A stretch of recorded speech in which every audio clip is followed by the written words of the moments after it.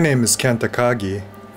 I used to be an investment banker, and I worked in places like Tokyo, Amsterdam, New York, and I also traveled a lot through Asia for about 22 years. But 4 years ago, I decided to stop and to start something what I had a passion for, which was to create a music school for teenagers. It's effectively a school of rock dedicated to the teenagers.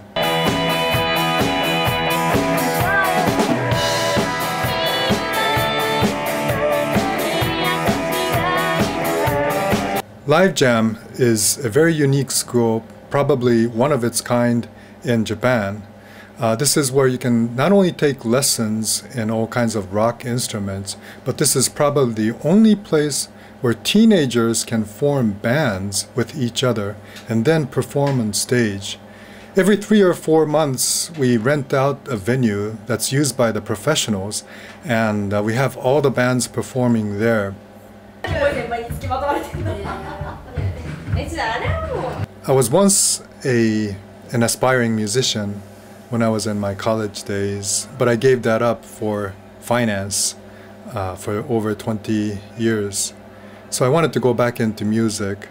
But at the same time, working in the investment banking industry, selling Japanese stocks to foreign investors, there was a big theme about the declining economy, the declining strength of the Japanese population. There was some lack of energy that was forcing the slowdown in the economy and decline in prices over the last 2 decades, and so I felt like something had to be energized to bring the Japanese economy together. And I said, okay, why not start from the bottom, from the children, and get the children invigorated, and let them lift up the Japanese society and the economy.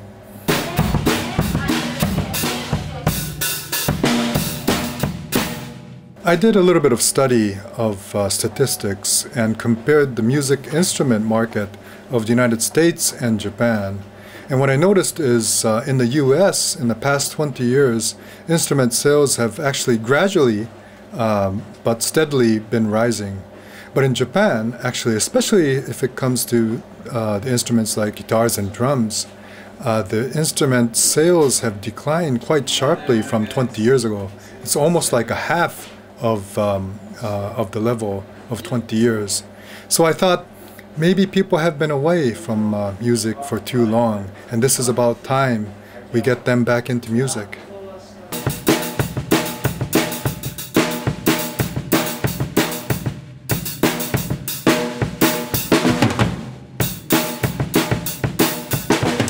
And music is one area which I think is very personal and very spiritual, and it brings out the best of the person's character.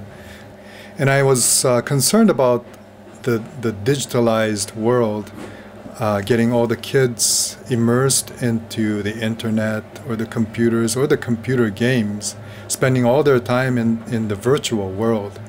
So I thought it would be a good idea to provide a space where the kids could actually get together, play instruments together, and do something that's a lot more energizing to the society than the game market and the internet world.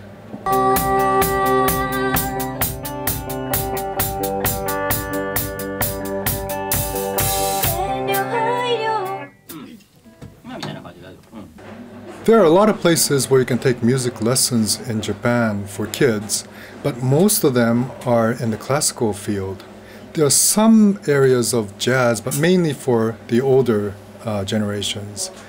So I thought classical music not only is a little bit stiff for these young kids, so why not do rock or pop music, which they'd get very excited about. でもすごいよね。ずっと自分のカバンにつけるのも、そこにカバンにつけてリア充みたいな。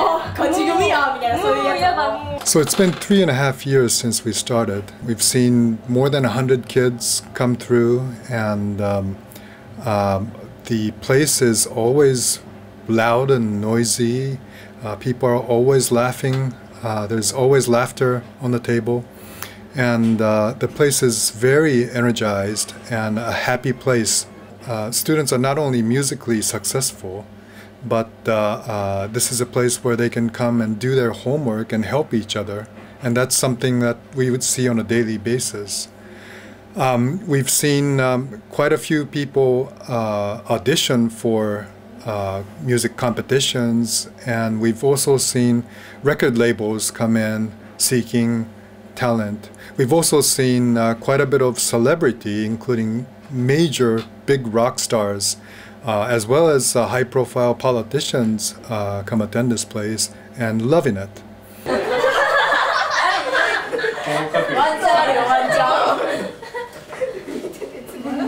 We are seen by the parents as a very healthy and safe place to be.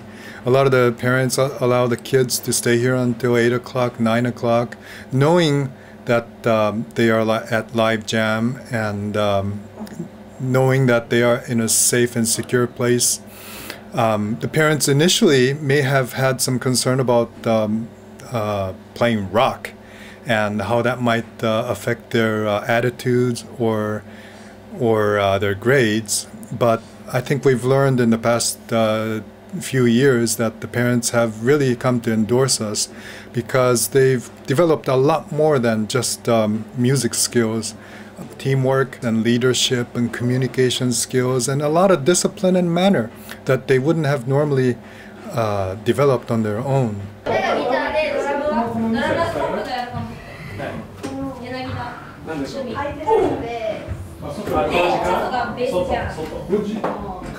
It's been a learning experience for me as well, but what I'm proud of is, unlike other music schools where you just go in for a lesson and then come right out, LiveJam is a place where people hang out and mingle.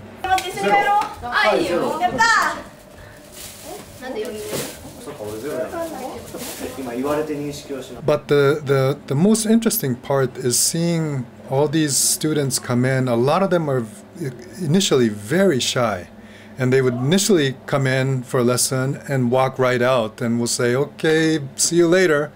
But when we start to form bands for them, and immediately, and I mean immediately, when they sit down to come up with a band name, that's the really start of a communal energy that starts to develop. And you see, within half an hour, these kids are just like buddies from a long time ago, and these kids laughing and making a lot of noise and smiling, and this is actually the biggest satisfaction for me.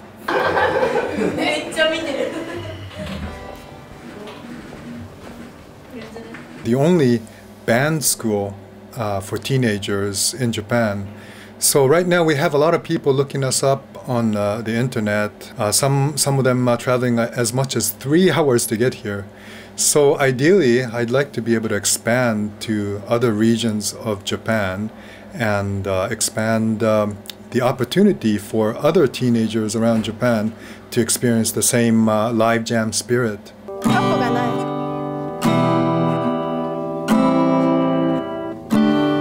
What I'd also like to do is to focus on the other side of the spectrum, or the third age group, the older people of Japan. And Japan is probably one of the oldest population in the world, with almost 1/4 of the population at the age of 60 and over. And I'm not necessarily saying a student needs to be 60 or older, but anybody who could come in during the morning hours when our regular LiveJam students are in school would be welcome to come in and take lessons in instruments and also form bands and again be a meeting place for the older people.